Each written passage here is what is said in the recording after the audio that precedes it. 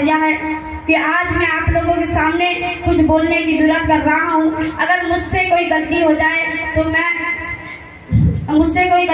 تو مجھے معاف کر کے میری کامیابی کی دعا کرے, کیونکہ ابھی میں طفل مکتب ہوں نہ واعد ہوں نہ فرزانہ, دل میں تمنا گونجیے سنا دو حق کا فرمانا. حضرات, ابھی میں نے جس آیت کریمہ کی تلاوت کرنے کا شرف حاصل کیا ہے اس کا سیدھا سادہ ترجمہ یہ ہے کہ بڑا احسان ہوا اللہ تبارک و تعالیٰ کا مسلمانوں پر کہ انہی میں سے ایک رسول بھیجا. حضرات, اللہ تبارک و تعالیٰ کا لاکھ لاکھ شکر ہے کہ اس نے ہمیں اور آپ کو بے شمار نعمتوں سے مالا مال فرمایا. اللہ تبارک و تعالیٰ کی کن کن نعمتوں کا تذکرہ کیا جائے, آپ جدھر بھی نگاہ اٹھا کر دیکھیں اسی کی نعمت کا جلوہ نظر آئے گا. آسمان اسی کی نعمت, زمین اسی کی نعمت, کھانا اسی کی نعمت, دانا اسی کی نعمت, ہوا اسی کی نعمت, پانی اسی کی نعمت, جسم اسی کی نعمت, جان اسی کی نعمت, قرآن بھی اسی کی نعمت, اور یہاں تک کہ ایمان بھی اسی کی نعمت. حضرات, انسانوں کی کیا مجال کہ وہ اللہ تبارک و تعالیٰ کی نعمتوں کو شمار کر سکے. اسی لیے اللہ تبارک و تعالیٰ قرآن مقدس میں خود ارشاد فرماتا ہے وَإِن تَعُدُّوا نِعْمَتَ اللَّهِ لَا تُحْصُوهَا, اور اگر اللہ تبارک و تعالیٰ کی نعمتوں کو گنو تو انہیں تم شمار نہیں کر سکتے. حضرات, مگر پروردگار عالم کا کرم تو دیکھیے, اس نے اپنے بندوں کو بے شمار نعمتوں سے نوازا مگر کسی نعمت پر احسان نہیں جتایا.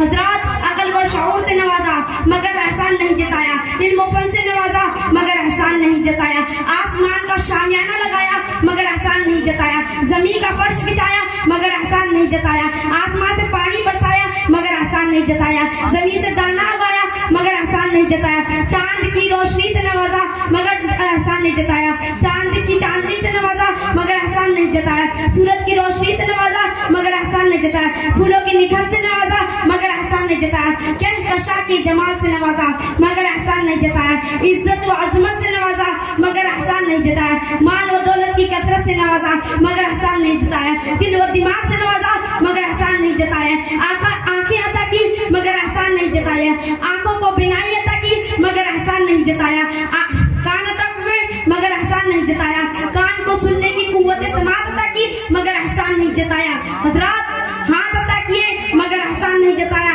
ہاتھ کو پکڑنے کی صلاحیت عطا کی مگر احسان نہیں جتایا, پاؤں عطا کیے مگر احسان نہیں جتایا, پاؤں کو چلنے کی سرکت عطا کی مگر احسان نہیں جتایا. حضرات, یہیں تک محدود نہیں بلکہ انسان کو اللہ تبارک و تعالیٰ نے وجود بخشا مگر احسان نہیں جتایا.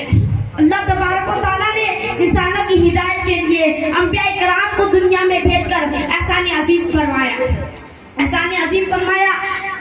مگر کہیں پر یہ نہیں کہا کہ میں نے حضرت آدم علیہ السلام کو صفی اللہ بنا کر بھیجا اسی لیے تمہارے اوپر احسان کیا, میں نے حضرت نوح علیہ السلام کو نجیب اللہ بنا کر بھیجا اسی لیے تمہارے اوپر احسان کیا, میں نے حضرت ابراہیم علیہ السلام کو خلیل اللہ بنا کر بھیجا اسی لیے تمہارے اوپر احسان کیا, میں نے حضرت اسماعیل علیہ السلام کو ذبیح اللہ بنا کر بھیجا اسی لیے تمہارے اوپر احسان کیا, میں نے حضرت موسیٰ علیہ السلام کو کلیم اللہ بنا کر بھیجا اسی لیے تمہارے اوپر احسان کیا, میں نے حضرت عیسیٰ علیہ السلام کو روح اللہ بنا کر بھیجا اسی لیے تمہارے اوپر احسان کیا.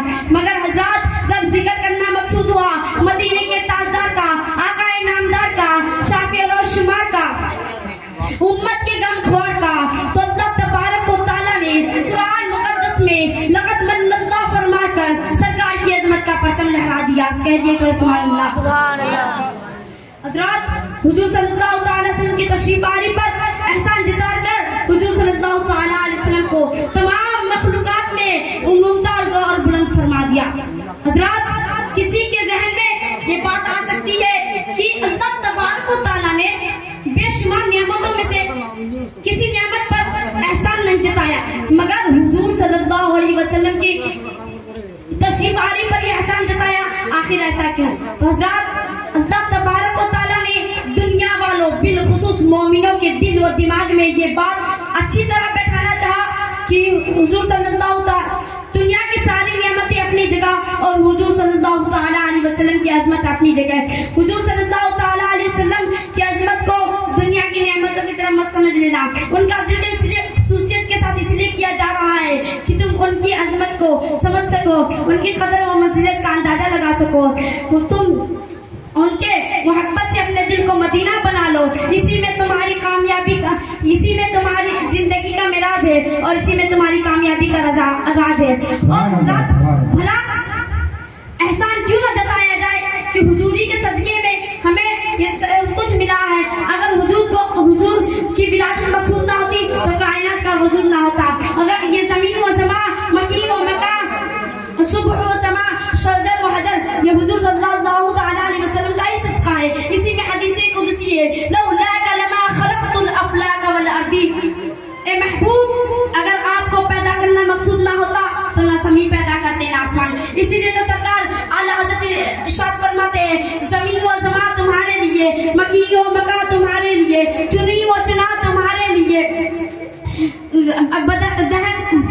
دہن میں ہے زبان تمہارے لیے، بدن میں ہے جان تمہارے لیے. ہم آئے بھی یہاں تمہارے لیے، ہم اٹھے بھی وہاں تمہارے لیے. اور دوسری جگہ اعلیٰ حضرت امام احمد رضا خان فاضل بریلوی ارشاد فرماتے ہیں کہ وہ جو نہ تھے تو کچھ نہ تھا، وہ جو نہ ہو تو کچھ نہ ہو. وہ جان ہے جہاں کی، جان ہے تو جہاں ہے. سبحان اللہ، سبحان اللہ. حضور صلی اللہ تعالی علیہ وسلم کی آمد عالم میں آمد کیا ہوئی؟ عالم میں انقلاب برپا ہو گیا. ظلم و زیادتی کی آندھی تھم گئی، کفر و شرک کے بادل چھٹ گئے. کفر و شرک کے بادل چھٹ گئے، ظلم و زیادتی کی آندھی تھم گئی. حضرات عورتوں کو باوقار مقام مل گیا اور بچیاں برکت کا پیغام بن گئی. حضرات حضور کی قدموں کی برکت نے ذروں کو آفتاب اور غلاموں کو امام بنا دیا. بھلا ان کی تعریف و توصیف کون کر سکتا ہے؟ میں کیا اور میرا علم ہی کتنا. آئیے ہم اور آپ مل کے علم و فن کے تاجدار کے بارگاہ میں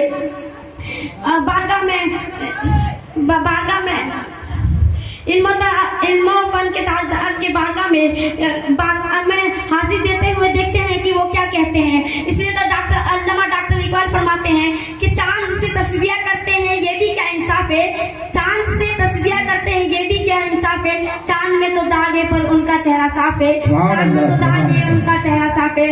اور دوسری جگہ ارشاد فرماتے ہیں، وہ سب کیا کوئی دکھے اس محبت انوار کا، وہ سب کیا کوئی دکھے اس محبت انوار کا، محرومہ میں جلوہ ہے